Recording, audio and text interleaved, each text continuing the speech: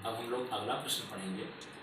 समविभव पृष्ठ किसे कहते हैं? सिद्ध करो कि दिए गए बिंदु पर विद्युत क्षेत्र की दिशा उस बिंदु से गुजरने वाले समविभव पृष्ठ की क्या होती है? लंबवत होती है। तो पहले समविभव पृष्ठ देखना, क्वेश्चन से ही स्पष्ट है इसकी परिभाषा। समविभव पृष्ठ मतलब कि समविभव मतलब विभव का मान समान हो, तो ऐसा पृष्ठ जिस पर स्थित सभी बिंदुओं का विभव एक समान होता है उस पृष्ठ को हम समविभव पृष्ठ कहते हैं। यहाँ पर एक समविभव पृष्ठ देखो दर्शाया गया, सरफेस दर्शाया गया है, और यहाँ पर जो एरो के द्वारा मैं दर्शाया हूँ ये विद्युत क्षेत्र एक समान है। अब इस समविभव पृष्ठ पर दो बिंदु में लिया, एक यहाँ ए लिया, यहाँ एक बी लिया, आकृति में एक समविभव पृष्ठ दर्शाया गया है। और परिभाषा पर से जो बिंदु ए का विभव होगा वही बिंदु बी का विभव होगा, क्योंकि दिए पृष्ठ पर स्थित सभी बिंदुओं का विभव क्या होता है? एक समान होता है, इसलिए बिंदु ए का विभव भी ए बराबर बिंदु बी का विभव भी बराबर में भी मान लिया। और आप लोग विद्युत सापेक्ष विभव की परिभाषा आप लोग पढ़े थे, बिंदु ए के सापेक्ष बिंदु बी पर विभव, तो V B minus V A बराबर minus integration E dot D R आपका होता है। यहाँ पर वी बी बिंदु बी पर विभव भी माइनस वी ए मतलब उसका भी विभव भी बराबर minus E integration E dot D R. अब इसको घटाएंगे जीरो आ जाएगा, minus integration E dot D R. अब यदि ई और डी आर के बीच का कोण थीटा हो, यहाँ पर ई डॉट डी आर को E D R cos theta लिख सकते हैं, जीरो बराबर minus integration E dot D are. अगर यहाँ से हम कोस थीटा का मान निकालें तो इंटीग्रेशन ई डी आर आपका बटे में आ जाएगा। यहाँ कोस थीटा बराबर जीरो बटे minus integration E D R, और जीरो में किसी भी संख्या का भाग दें मान जीरो आएगा। और कोस जीरो कितने अंश का मान होता है? 90 अंश का मान होता है, तो कोस 90 अंश का मान शून्य होता है, बराबर कोस 90 मतलब थीटा बराबर 90 अंश या पाई बाई 2। इसका मतलब ई और डी आर एक दूसरे के लंबवत है। इस तरह से आप कह सकते हैं जो विद्युत क्षेत्र है या समविभव पृष्ठ के क्या होता है? लंबवत होता है। 2 नंबर का प्रश्न है। अब अगला प्रश्न है, देखना ध्यान से, विद्युत क्षेत्र तथा विद्युत विभव में संबंध दर्शाने वाला हमको क्या प्राप्त करना है? सूत्र प्राप्त करना है विद्युत क्षेत्र और विद्युत विभव में। तो देखना, आप लोग पढ़े हैं बिंदु ए के सापेक्ष बिंदु बी पर विभव V B minus V A बराबर minus integration E dot D R. अब ए के सापेक्ष बी पर विभव निकालना है, इसलिए ये वाली लिमिट नीचे, वाली लिमिट ऊपर होती थी, आपको बताया था। इसी को आप अगर हम डेल्टा भी करके लिख दें तो minus integration E dot D are. लेकिन अगर इसी को सूक्ष्म स्वरूप में लिखें, जैसे डेल्टा भी को अगर हम डी भी लिखें तो यहाँ से इंटीग्रेशन हटा सकते हैं, तो वही मैं डी भी करके लिखा सूक्ष्म स्वरूप में लिखने पर, तो डी भी बराबर minus integration E dot D are. और अगर माना यहाँ से कंडीशन, यदि ई और डी आर परस्पर समांतर हो, मतलब इनके बीच का कोण जीरो अंश हो, तब डी भी बराबर minus E D R cos zero आपका गिना जाएगा। कोस जीरो का मान कितना होता है? 1 होता है, तो डी भी बराबर माइनस ई डी आर। अब यहाँ से अगर ई का मान निकालेंगे तो माइनस डी भी बटे डी आर। तो ये विद्युत क्षेत्र और विद्युत विभव में संबंध है। अब इसी में अगर विद्युत क्षेत्र का यक्स घटक हमको निकालना है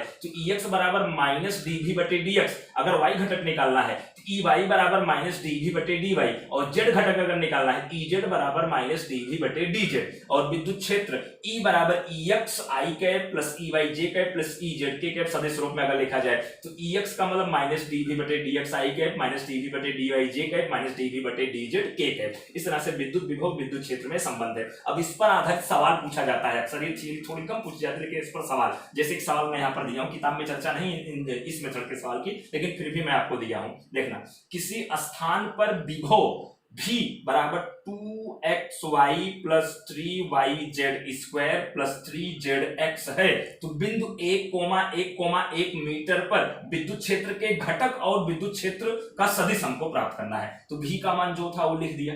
अब विद्युत क्षेत्र के घटक में x घटक, y घटक, z घटक, तो पहले ex, तो ex बराबर माइनस डी भी बटे dx, तो यहाँ माइनस डी dx लिख दिया और v का पूरा मान ब्रैकेट में लिख दिया। अब यहाँ पर अवकलन करते समय ध्यान देना, अब यहाँ पर डी dx मतलब x के सापेक्ष अवकलन करना है। जब यहाँ x के सापेक्ष अवकलन करेंगे तो y और z को कांस्टेंट गिनेंगे, जिसका मतलब x के सापेक्ष मतलब x का ही अवकलन करना है, बाकी सब अचल संख्याएं हैं। यहाँ पर 2xy में जब x का अवकलन करेंगे तो x का अवकलन 1 होगा, तो यहाँ 2y बचेगा। अब यहाँ x का टर्म नहीं है तो पूरी कांस्टेंट संख्या का अवकलन 0 गिना जाएगा। यहाँ पर x का अवकलन 1 3z बचेगा आपका। अब यहाँ पर देखना, बिंदु 1,1,1 पर मतलब x का भी मान 1, y का भी मान 1, z का भी मान 1, तो यहाँ पर देखना y के स्थान पर 1 लिख दिया, z के स्थान पर 1 लिख दिया। हल करने पर ये 2 + 3 मतलब ये आपका कितना आ गया, टोटल सोल्व करने पर आपका आएगा -5 और इसी को आप लिख सकते हैं Ex बराबर -5 न्यूटन पर कूलम। अब इस तरह से अगर Ey का मान निकालेंगे तो -dv/dy,